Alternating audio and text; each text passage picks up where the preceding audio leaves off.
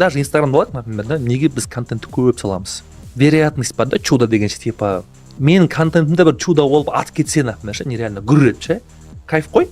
Бірақ 3 рилстан вероятность көбірек па чудо болуы, или 30 рилстан көп па? 30-да көбірек. 30 рилстан көп. Енді прикинь, менде қазір қарап, в среднем күніне 12 рилстан көбейтем.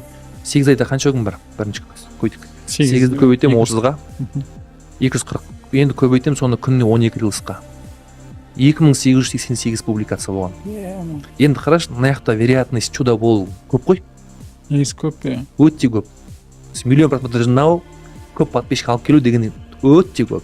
Еще біз аламыз бұны көбейтеміз TikTokқа, Facebookқа, YouTubeқа, YouTube Shortsқа, Threadsқа. Instagram бар еще. 5. Instagram ішінде 2 бөлінеді еще. Пробныйға саламыз. Мына жаққа саламыз.